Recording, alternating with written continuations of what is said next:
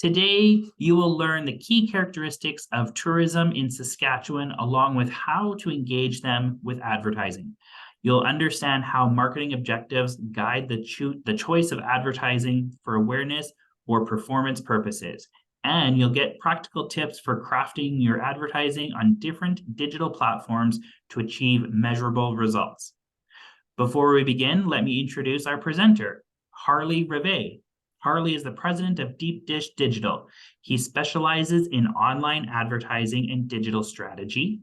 Harley is an experienced trainer regarding digital marketing, having spoken at conferences across North America, and also co-founded the Saskatchewan Professional Marketing Association. Harley's passion in helping organizations identify technologies and digital trends that can improve their marketing.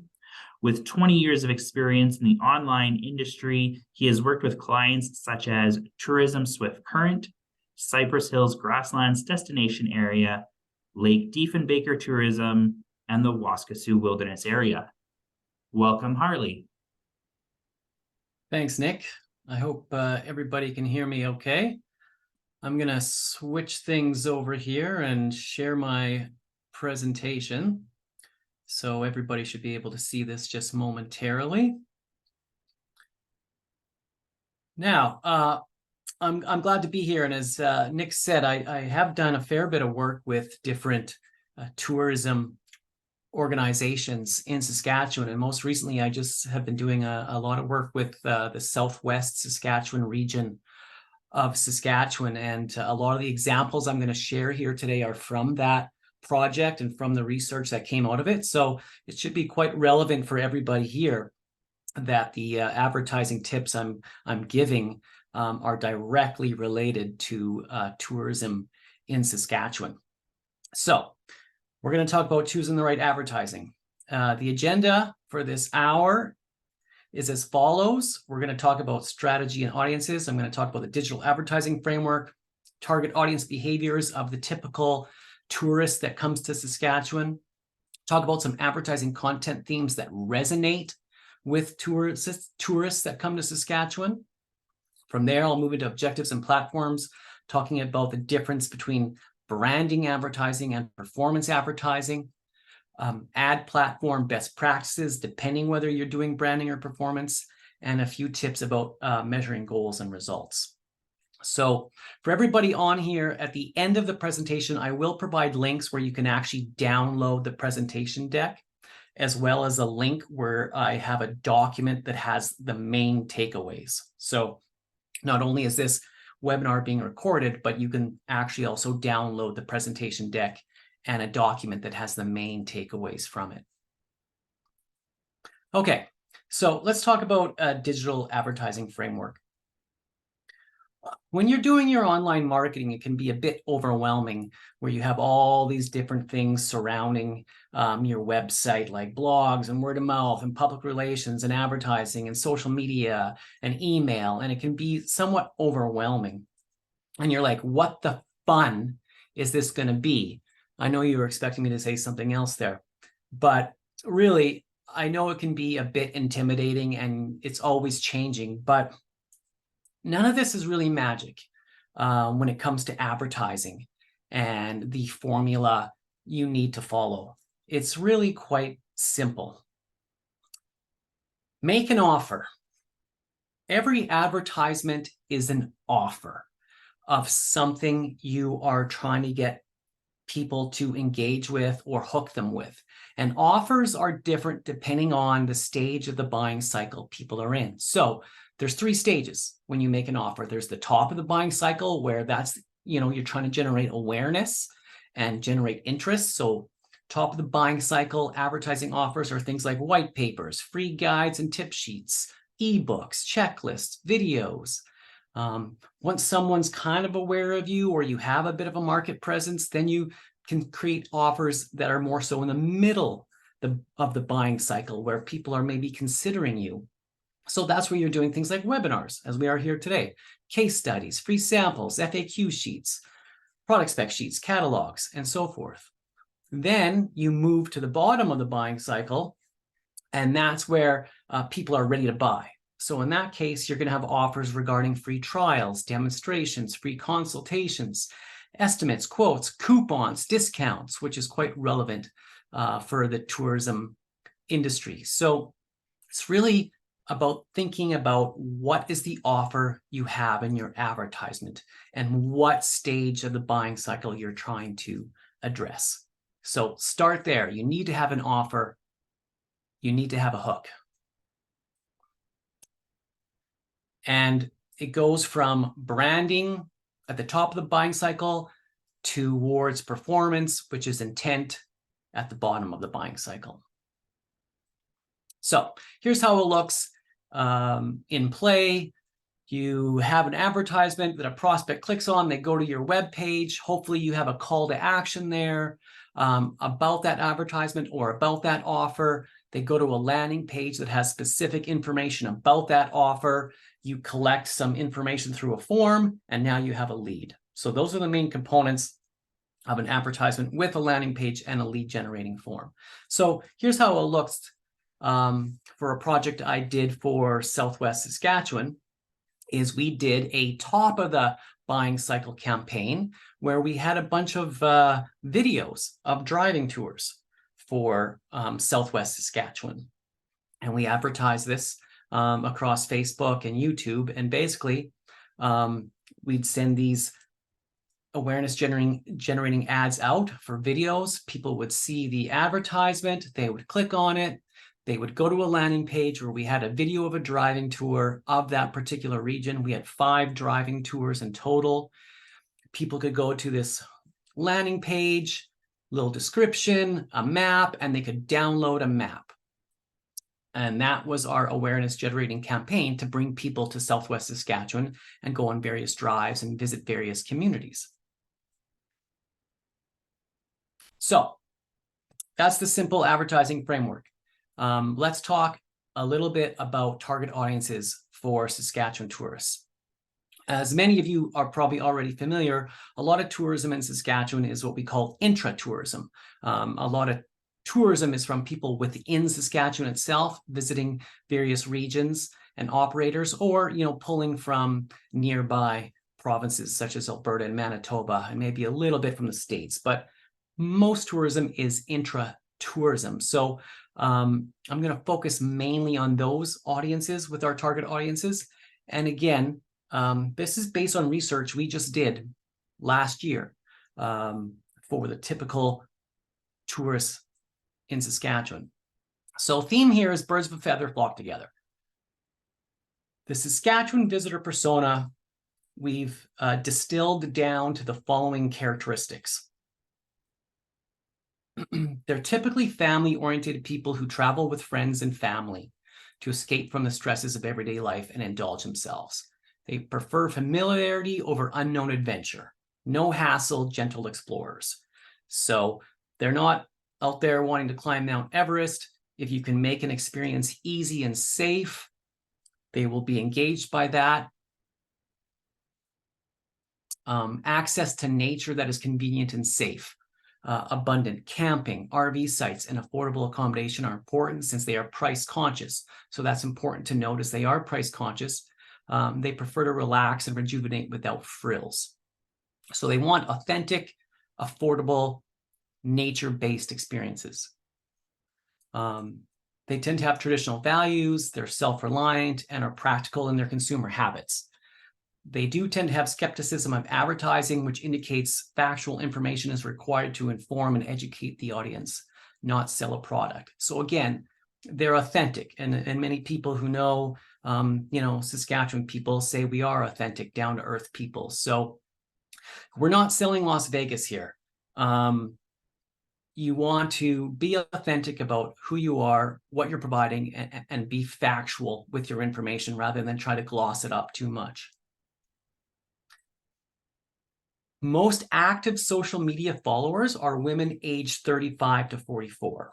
So this is important when you're thinking about the sort of content you're crafting through your social media posts or your social media advertisements is a lot of your audience is actually going to be women in this age range. So you have to think about the sorts of messages that might resonate with them. Now, Perhaps if you're an extreme north outfitter who's offering adventure camping and fishing, maybe your audience is going to lean a bit more towards the male side. So obviously you do what's applicable, but I'm saying in general, the most active social media followers are women aged 35 to 44. So you have to think about what sort of messages resonate with them. And that's family-oriented things, that's safe and no hassle experiences, that's stuff that's around community and connection. So just something to keep in mind. And of course, you'd want to evaluate your own social media followers to corroborate that. But this is just in general the information we pulled when looking at social media followers of a few tourism accounts in Saskatchewan. So the way we summarize these Saskatchewan visitor personas is in 3 buckets. They're the mature singles and couples, middle-aged families, and empty nesters. So if you only had $500 and you wanted to target somebody, these would be the 3 buckets that you'd want to spend your money on. I'm not saying that you can't get the Generation Z van camper, but if you want to get the most bang for your buck, these are the 3 main audiences. I'm going to describe them a little bit more in the next few slides and where you can reach them. So this next slide is going to have a lot of information. And again, you can download the deck. I'm not going to go into everything here, but I'm going to point out a few things about mature singles and couples. So these are people that are generally, a bit older, over 30 for sure.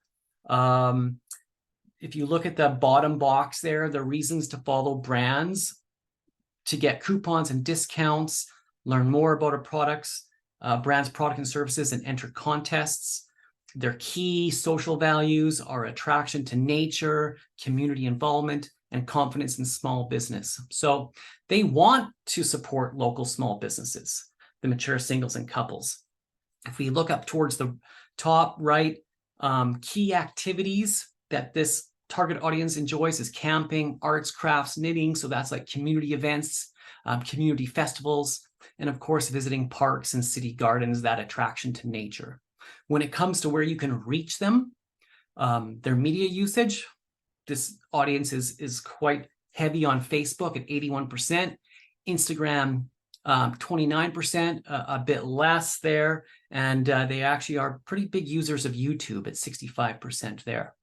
So those 3 social platforms are good targets to use, particularly Facebook. When I move on to middle-aged families, these are people who you would typically describe as having like tween kids. So kids that are like, 10, 11, 12, maybe even early teens, where the kids are a little bit more independent. You can take them on a hike. You can take them fishing in a boat. You can take them to do various things. So these are not families that have toddlers or really young. It's more so families that have kids that have a little bit of independence.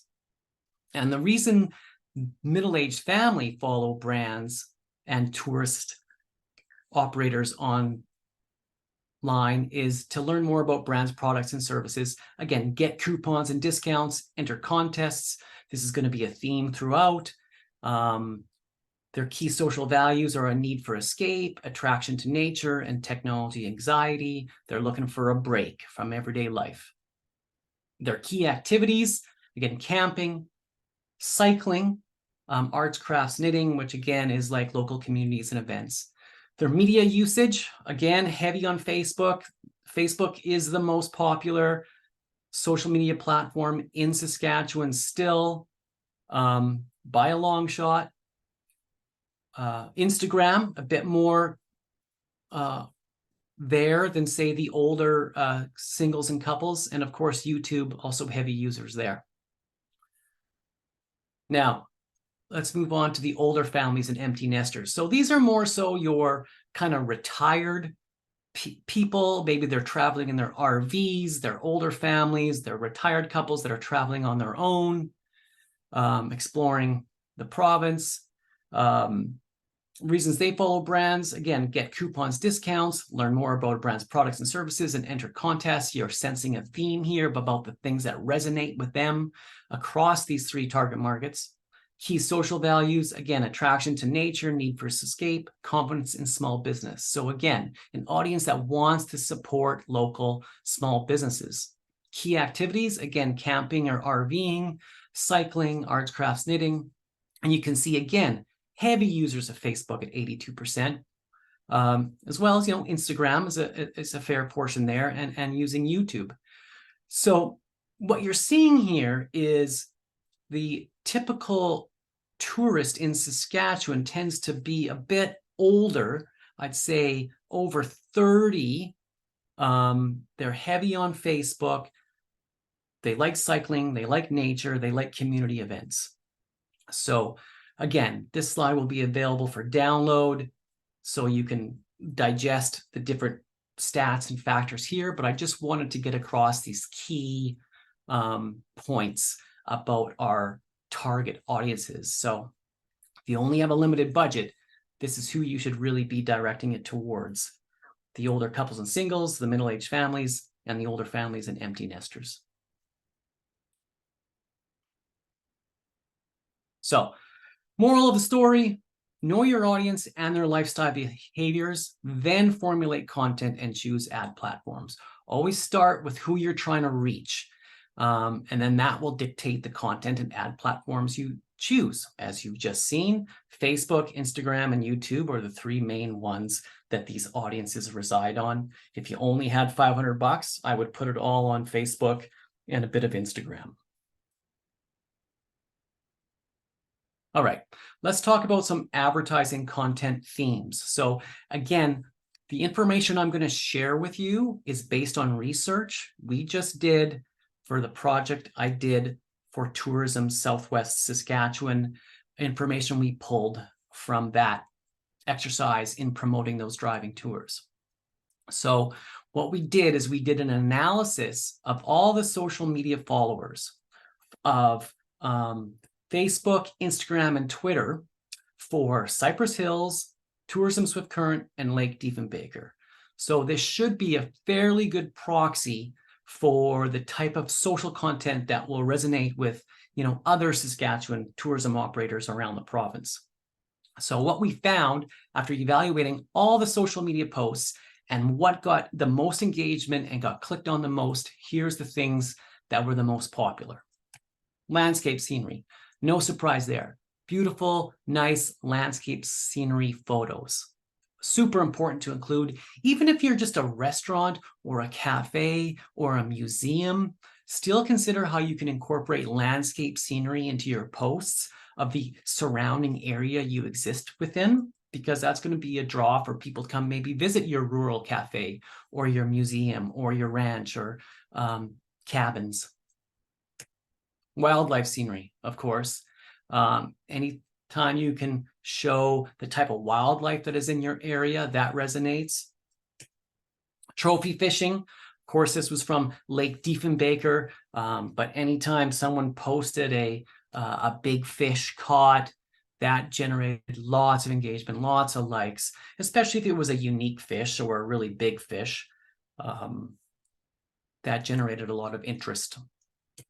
Outdoor activities, whether you're hiking on a cool trail, you're cycling on a trail, you're going on a horseback ride, ATV tour, glamping somewhere cool. These sorts of images resonated. Being active outdoors, being in nature. Lake, beaches, and sand was another popular one where you have shots of nice beaches, people hanging out on the beach and enjoying it. And finally, communities and people.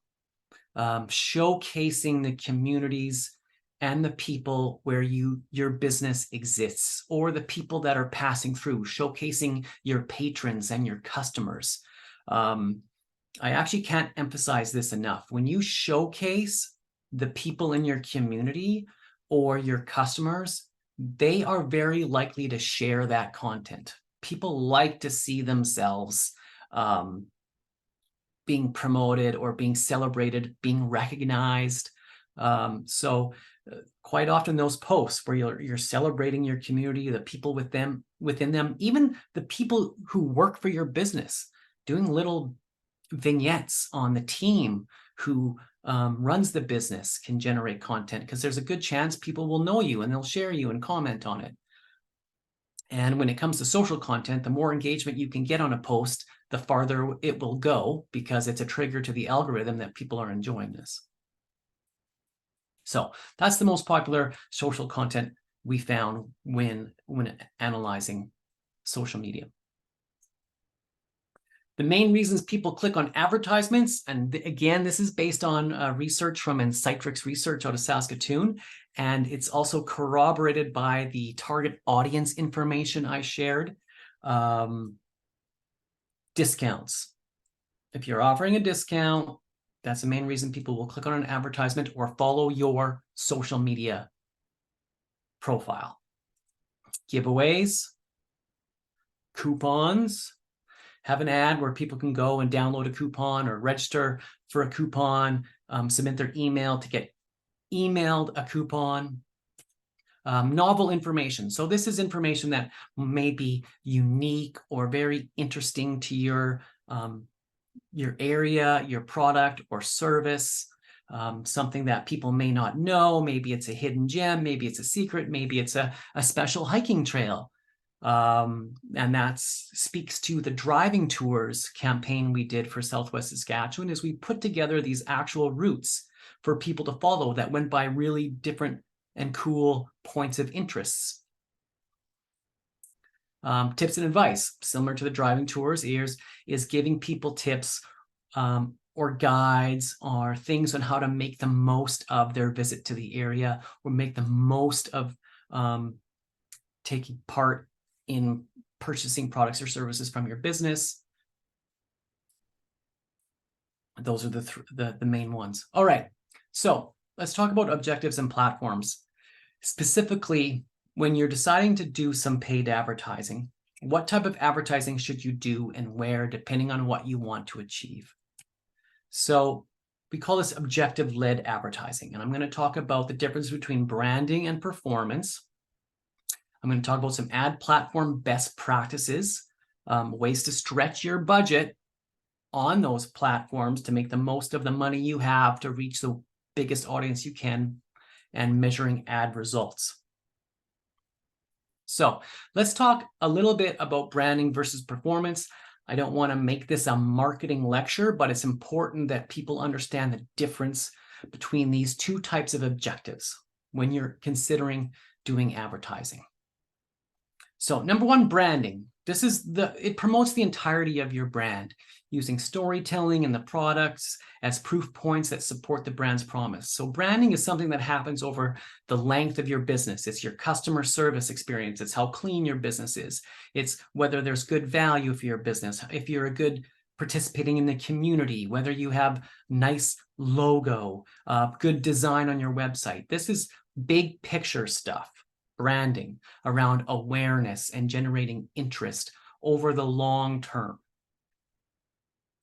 Then we have performance objectives. And this promotes a specific offer to generate a user response, resulting in an immediate and measurable outcome for a product.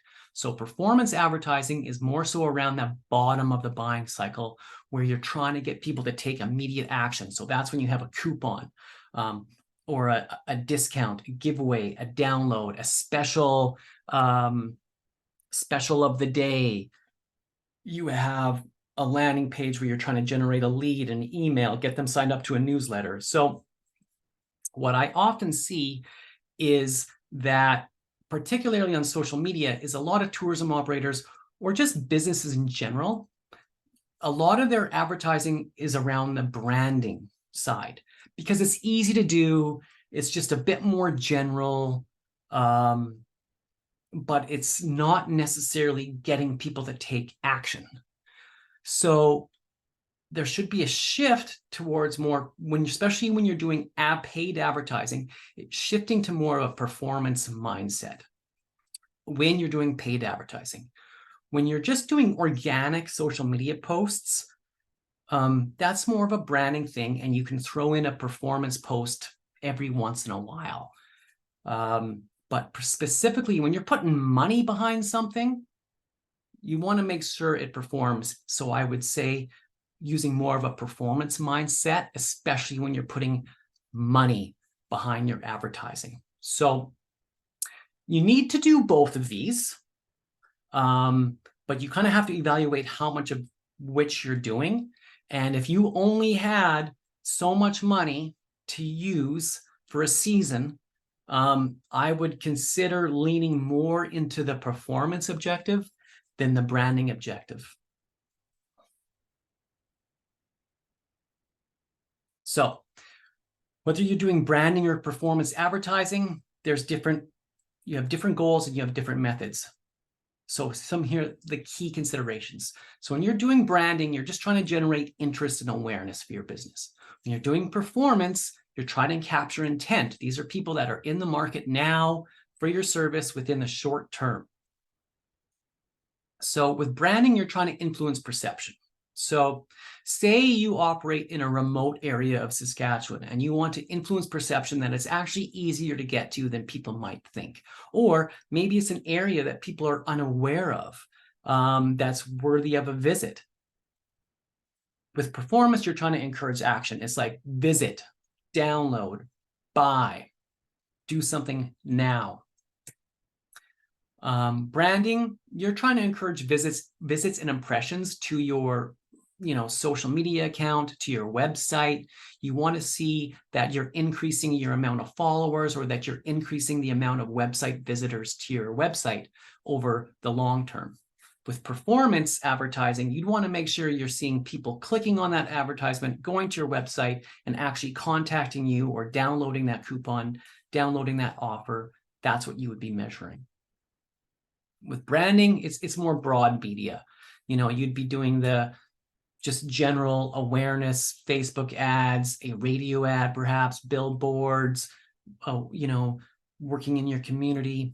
Performance is very tactical. It's very targeted. Branding, soft metrics. You're just trying to increase awareness, and it's over the long term. Performance is hard metrics. How many inquiries did I generate? How many people downloaded that guide? Branding is long-term influence. Performance, short-term results. So again, you're going to be doing both of these, but you don't want to get too lopsided on either one of them. And again, if you only had a small amount of money to spend for a tourism operator during tourism season, I would certainly lean on that performance side of objectives. And these are the sorts of things you'd want to be focusing on. All right. So let's talk about the ad spectrum from interest to intent. So when it comes to what you would be doing for your advertising for branding, it would fall under these categories: broad display and video, event sponsorships, volunteering, donations in your community, community involvement. Maybe you're picking garbage out of the ditch and you're sharing it on social media. So these are the kind of marketing activities you would do that influence branding over the long term. Okay, they're not going to generate immediate results. This is for the long haul, where you're just trying to create an affinity for your brand, for your organization. Now, if you're wanting to kind of do a combination of branding and performance, this is where social media comes in pretty good. Social media can be used for just general brand advertising as well as performance advertising. Thought leadership. This is when you're writing blogs, you're doing podcasts, you're putting out guides, where you're becoming perceived as an expert in the industry or in the area you work within. You're sharing information, trying to educate people. And when people go on the internet, they're trying to do two things. They're either trying to solve a problem or they're trying to waste time. So try to be at that intersection of solving a problem and wasting time. Finally, offers and landing pages, like we did for the Southwest Saskatchewan driving tour campaign. We had short video ads, drove people to a landing page where they could see the entire video of the driving tour preview and download a map. And paid influencers, if you want to get someone to, speak on your behalf and talk about your product or service. On the straight up performance side, this is where you're doing paid search ads on Google or Bing, where people type in a keyword and it shows your company at the top with a sponsored ad, or very targeted social, where you're targeting a very specific audience with a very specific offer. Email marketing. It's not sexy, but it works. And if you're not collecting email addresses for your customers or business, I really encourage you to start. There's a small percentage someone's going to see your social media post, but there's like an over 90% chance they'll see your email. So consider how you can incorporate email marketing into your business. Offering free samples, of course, is also performance. And again, coupons, discounts. It's a no-brainer. It keeps coming up. And so these are just some examples. There's more, but I'm just kind of hitting on the top main ones that show you whether you're doing branding or a combination of branding, performance, what types of actual advertising activities fall under these categories. Again, it's about making an offer. Keep coming back to this. You want to make sure your advertisement is a specific offer that's going to hook people, and it's moving them from branding to performance. And when it comes to digital advertising, the different platforms also exist on a spectrum of branding to performance. So, for instance, YouTube is really about storytelling and branding for the most part. It's entertainment, it's informational. It might not generate an immediate response, but it's just helping you tell your story. Instagram moves a little bit more towards that performance side, but it's just visuals. There's not a lot of ways you can interact with Instagram. You can't share links in your Instagram posts unless you're doing paid advertising. Then you can provide links. But Instagram is really about influence. That's why you have so many influencers on Instagram. But you're trying to showcase beautiful things and influence perceptions. Facebook, more than anything, Facebook is about customer service. Lots of times people use Facebook pages to inquire about, your hours or when you're open, where you're located, if they have a compliment or a complaint. It certainly can be used for that performance side of things, but it's quite a good customer service channel. And when we look at Google Ads in particular, that's really when people are looking for a solution to a problem. Then that's when you have your search ads show up where people are typing in, where can I get the best muffin in Saskatchewan? Or where are good dog sled tours or horseback tours or fishing camps? That's immediate interest. So if you're thinking about what platforms to use, depending on the type of advertising you want to do, consider this spectrum. Now, if you only had to pick two and one of the best bang for your buck, I would say use Facebook, or rather Meta, because Facebook also owns Instagram. Use website traffic ads on Facebook and Instagram to drive people to your website and convert there, or call you, or submit a form. And then search engine ads on Google or Bing, but Google is the biggest search engine. Something though to note here is, although Google has like 90% of the search engine market, Microsoft Bing is quite popular with older demographics. So people over 45, and quite often that's because, Bing is the default search engine on a lot of PCs and they just don't switch it. So just something to note is don't ignore Bing if you're trying to attract a little bit of that older demographic over 40, because actually a lot of them use Bing. So these two, best bang for your buck. If you're only going to choose two platforms, this is what I would say. And again, you're going from branding to performance intent. Facebook can be used for both branding and performance, whereas Google search engine ads are just specifically mainly for performance. All right, some ad platform best practices. If you haven't already, for Meta, for your Facebook and Instagram, create an ads manager account. So this goes beyond just boosting posts. If you have a Facebook page for your business, most of you have probably done boosted posts. When you create an ads manager account, though, you unlock a whole new set of tools for doing ad campaigns that allows far better targeting, more advertisement types. It just unlocks a lot of capabilities. So if you haven't already, create an ads manager account. There's a URL here for facebook.com business where you can do that. So I'm going to be talking about using ads manager here for the most part.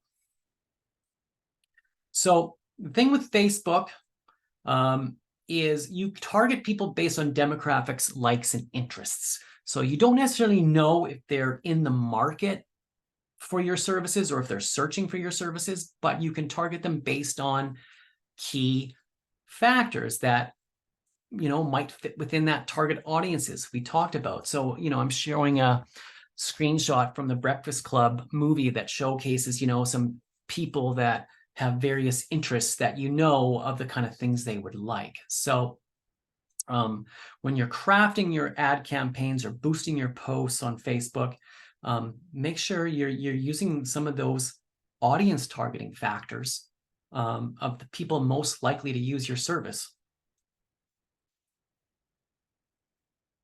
So a couple of my favorite and what I find most effective Facebook advertising objectives are either generating traffic to your website, where you have an ad that you have a link that goes to your website.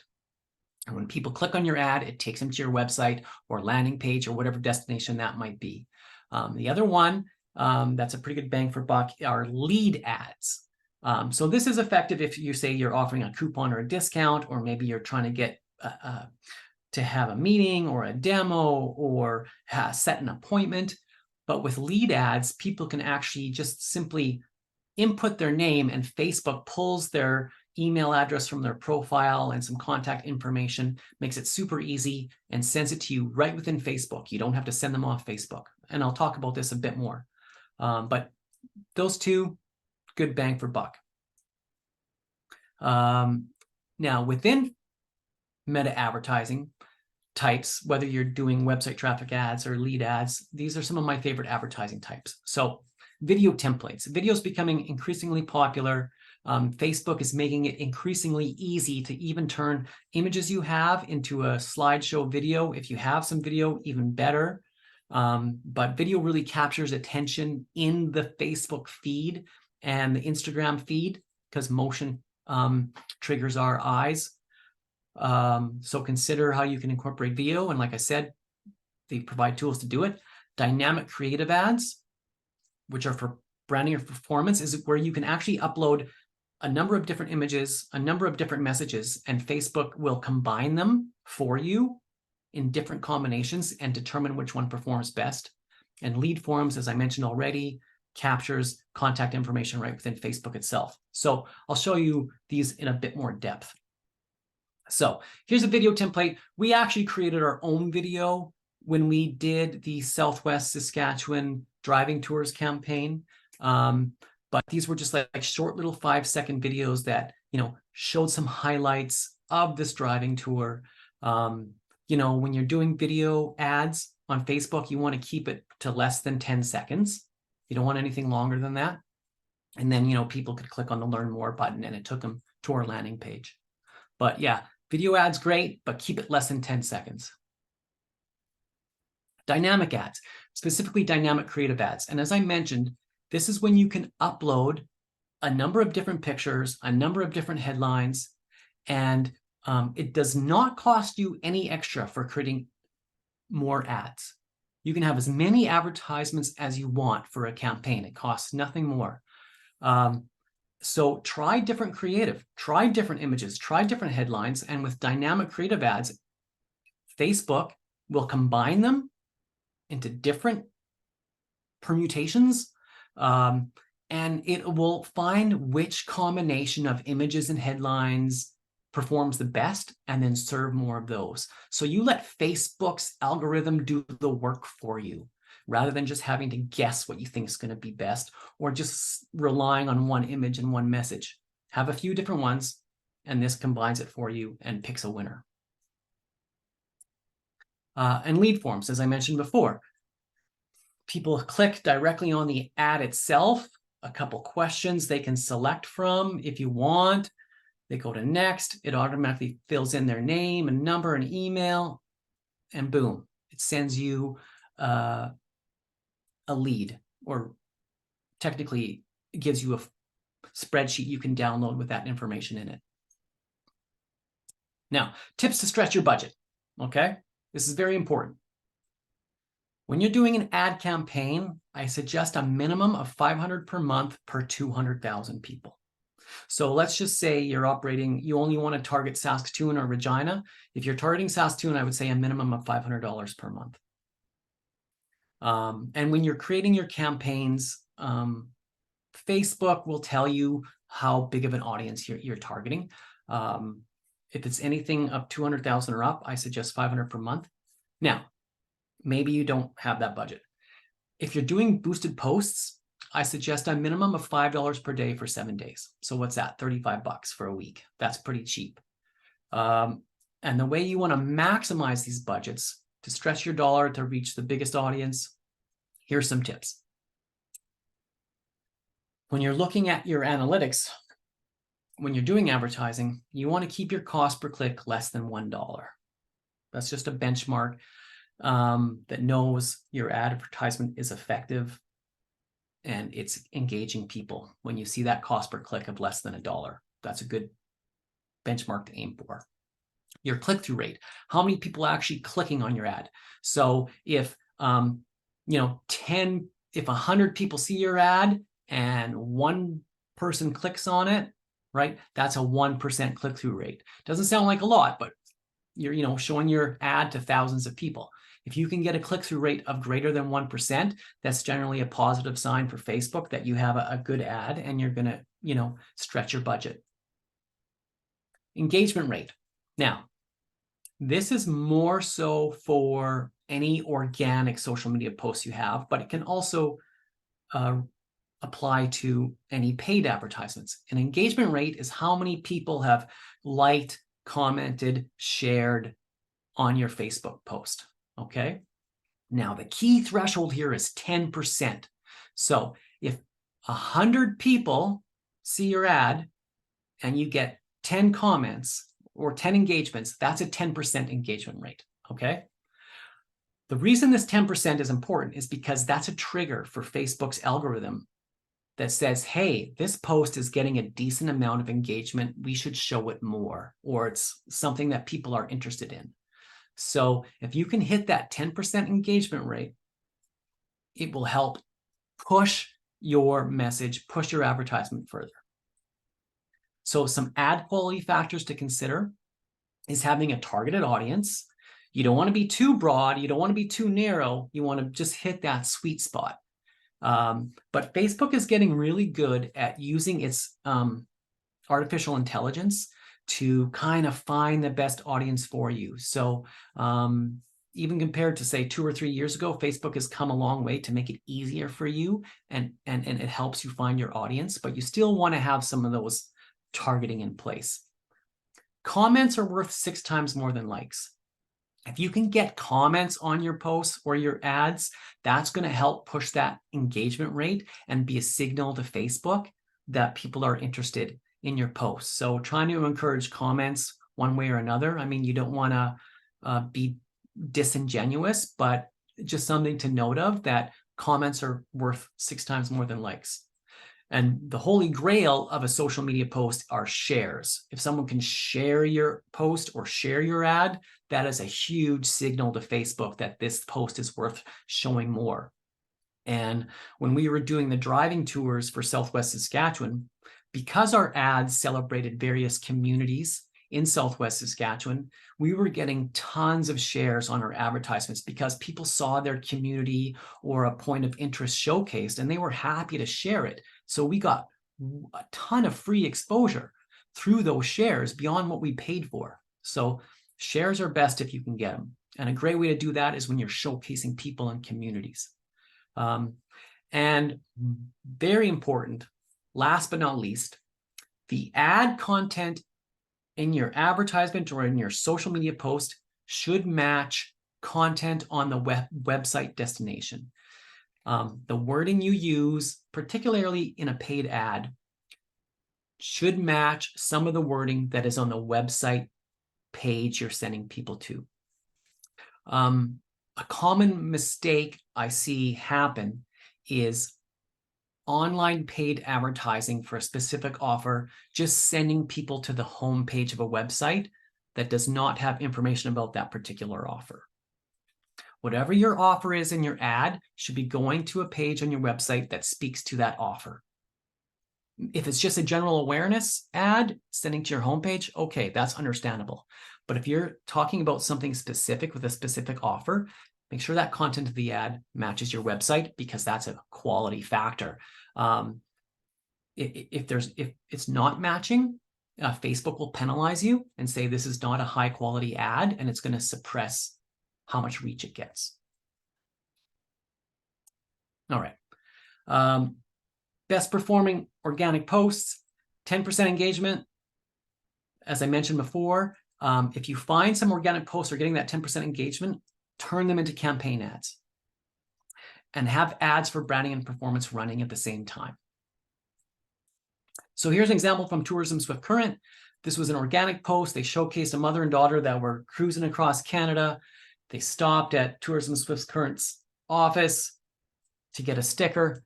And this ended up generating a lot of likes and comments. Now, if you want to find out if you're getting 10%, when you go into your Facebook page, on any post, you're going to see, it says See Insights and Ads link. So you just click on that See Insights and Ads, and you can calculate the engagement rate on it. So when I click on that, I can see it shows me how many impressions this post got and how many engagements it's got. It's a very simple calculation. I divide my engagement by impressions to come up with that 13%. It's like, hey, this is a good post. It exceeds that 10% threshold. I should boost this because I know it's doing well and it's going to do well if I put some money behind it. When you're doing campaign ads, images and headline matter the most. So you want to have a strong image and you want to have a strong headline at the bottom. People will read maybe that copy at the top, but really these are the two things that resonate the most. When crafting your ads and images, there's some things to keep in mind around colors, people, and the images you use. When crafting an ad on Facebook, Facebook is blue and white. So if you can use contrasting colors like yellows and reds, anything that kind of helps it pop out against the default Facebook colors. Smiling people works. If you can have people in your advertisements, great. I mean, if it's landscape scenery, maybe even having a person somewhere in that landscape scenery will help. A person holding a fish, a person enjoying your muffin or milkshake at your cafe. Less than 20% text on image. It used to be a harder rule. It's not so important anymore. But if you're sharing images, make sure they don't have too much text on them. Facebook used to penalize images that had too much text. And if you're going to be doing Ads Manager campaigns, install the Facebook pixel on your website, because that will actually help you optimize your ads for conversion.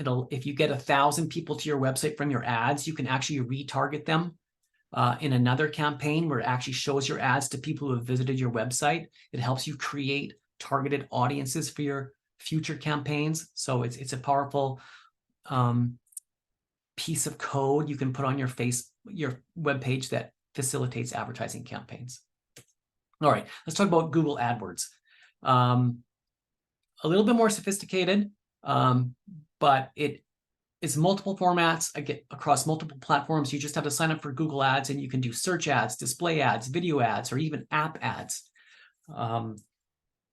It reaches a huge amount of people across the internet. And you can just do it from one place. Now, the thing with Google Ads is it targets ads by search term. Everyone should be familiar with this. So if I type in attractions in Southwest Saskatchewan, it shows me the search results. These are the top ones that come up. Guess what? There were no ads when I searched for this. It's an opportunity to be number one. So if I was a tourism operator in Southwest Saskatchewan offering horse riding tours or cycling tours or zip lining, I would target that search term, attractions in Southwest Saskatchewan, and I could put myself right at the top. I have zero competition right here. So when you're doing Google Ads, you want to look at how much competition you have. The less competition there is for certain search terms related to your business, that's a great opportunity to do some Google search ads because they'll be cheap and you won't have much competition and you can buy your way to the top. If you're going to do any display advertising on the Google network, you can target certain websites that your service or product might be complementary to. So here we see a do-it-yourself RV blog. Well, if you offer RV services, it's a great place where you can target your display ads to show up. And those are the ones in the pink here. Tips to stretch your budget on Google Ads. Again, that $500 per month per 200,000 people rule holds here as well. The thing about Google is that they want to help you. They want to encourage you to do advertising. So you can actually get a Google specialist to set up your first campaign because there are quite a few more things to learn with Google Ads, whereas Facebook ads is actually quite simple to do. Google is a little bit more sophisticated. A Google specialist will do it for you, and I encourage you to do that. And then you can learn from them. When you're doing Google Ads, your cost per click for travel and tourism, it's generally around $1.50 to $2 per click. That's what you should be aiming for. That's industry standard, industry average.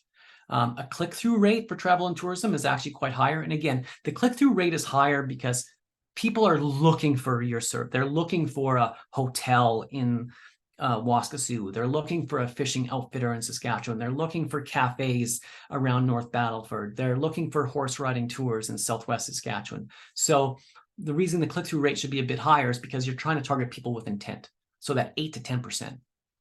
Advertising camp types, my favorite two to get going are smart campaigns. They're easy to set up. If you want to do something a little bit more sophisticated, you can do responsive ads. It gives you more control. Pricing factors, again, I mentioned competition level. You want to find keywords that don't have too much competition because then it'll be cheap to rank for them. If you have too small of a budget, you're going to waste your efforts. You won't have enough data. You won't have enough impressions to really reach many people. That's why I say that $500 per month is great if you can. The best value is being in position 2 or 3 in search results. You don't have to be number 1 with a sponsored ad. That's actually really expensive to achieve on a consistent basis. Being number 2 or 3 is a better value. You're still near the top, but you're not paying top dollar. With Google Ads, again, you use keyword tools to find out what terms people are searching for. So you have to think like your customer and their terms. What would people be looking for when they're thinking about my business or my region? Maybe I use other terms like top attractions in Northern Saskatchewan and try to rank and get my business to show up for that.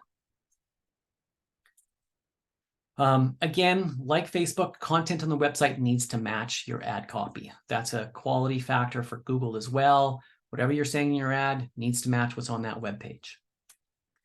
Google has free courses you can take to get you familiar with this. And again, a Google specialist will help you set up a campaign, but there are lots of tools available to you to get going. I have a link here to the Google Academy, skillshop.withgoogle.com. They have free courses on ads, on analytics, on various Google tools you can use. So measuring results, final thing here is if you're measuring branding or performance, branding metrics is reach. How many people saw this? Performance metrics are actually how many people shared it, how many people mentioned me. Branding is impressions, how many times this ad got shown. Performance metrics is more so about a click-through rate. Are people actually engaging with my post or my advertisement? Branding is about views and visits.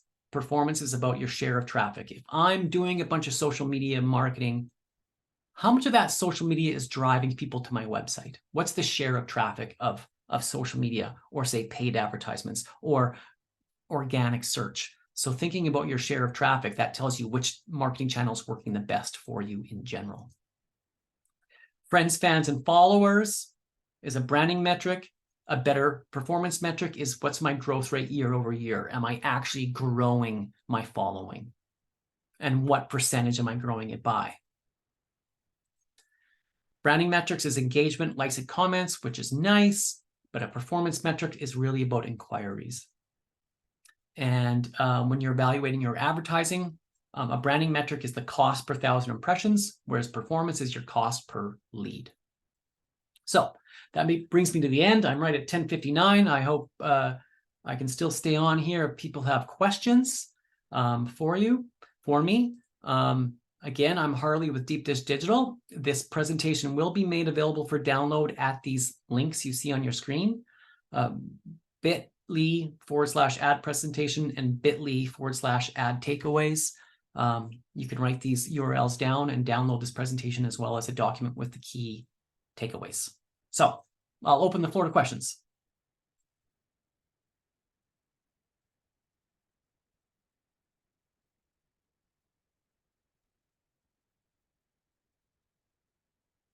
Nick? Thanks so much, Harley. Nothing is coming up in the questions. Again, anyone, if you have any questions or comments, feel free to use the question and answer tool. So question just pops up. Thanks for all the great information. In your opinion, is it still worthwhile establishing a TikTok presence given Saskatchewan demographics? That's a good question. TikTok currently has about 20% of Canadians use TikTok. So it's a bit less than you think. Like TikTok gets a lot of media hype. So when we think about those target audiences leaning a little bit more older, like, I don't know. I don't know if TikTok is the best to put much effort in. I mean, you might want to just play around with it a bit, but if you only had, so many hours in a day and so much money, I think Facebook and Instagram is going to give you much more bang for your buck, at least right now.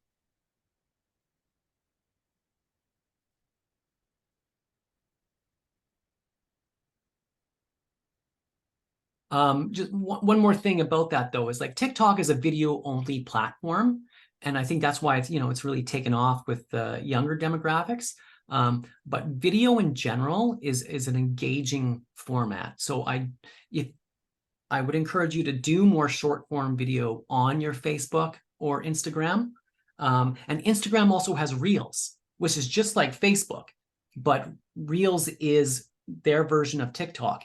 And there's already a big audience on Instagram already. So instead of investing a whole new strategy in TikTok, if you're already on Instagram, I would just make more short form videos as Reels. Someone asked here, what about LinkedIn? Well, again, yes, that older audience, the over 30, over 40, if they're, working individuals, they may have LinkedIn profiles. But it really depends on the service you're offering. If LinkedIn is mainly white collar professionals, so you don't see as many of the blue collar people represented. So if, say, you're going after a bit more of a luxury glamping experience where you're targeting, white collar people who might not really like getting their hands dirty as much. Yeah, if you have a glamping or a luxury resort, LinkedIn might be appropriate. So again, you have to think about your audience. So you'd have to think about what is the typical LinkedIn user. And like I said, it leans towards more white collar professionals than, just people that are willing to get a little bit dirty and spend time in nature and maybe go camping, which kind of leans a bit more towards, blue collar people.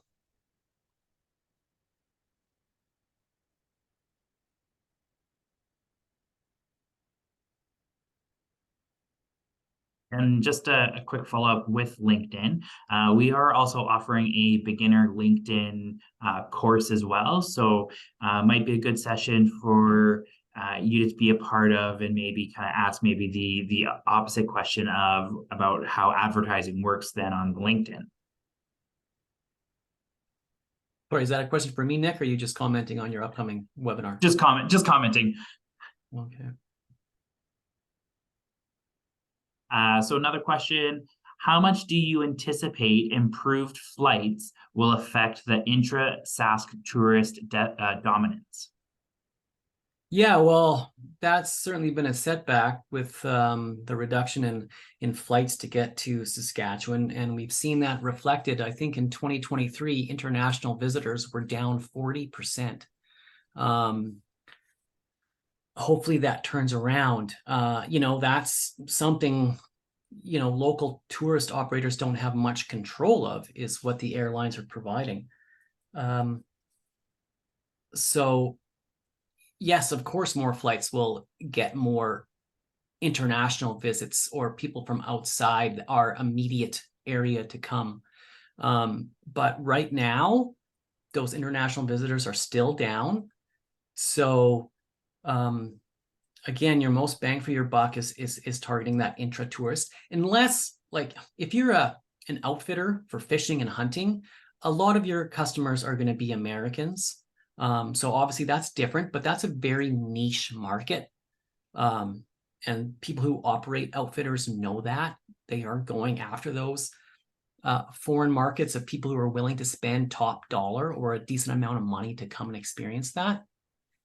But if you're just like a local tourist operator who's running a small operation or a cafe or a museum or a bed and breakfast, that focusing more so on that intra-tourism market will give you more bang for your buck than trying to reach that international visitor, which is going to be more expensive, and also they're down. So hopefully in a year or two with more flights, we'll see them returning.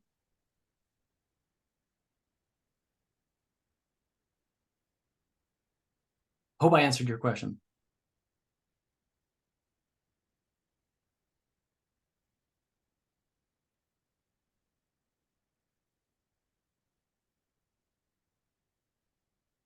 Perfect. Doesn't look like anything else is coming up in the chat. I'm just gonna regain kind of the presentation here. So just like to thank everyone for coming on today, and thank you, Harley, for sharing your expertise in this digital kind of media world of advertising. I think going over those best practices and then just the tips that you have, and looking at a budget of if you have $500 or $5, what's the best bang for the buck. So thank you everyone for joining us today. I hope that you've really enjoyed the experience that we've had to offer. You will be receiving a survey at the end of this, and we do appreciate that if you can take some time, comment back on that survey. Helps us here at Tourism Saskatchewan know what kind of training you guys are interested in and offering.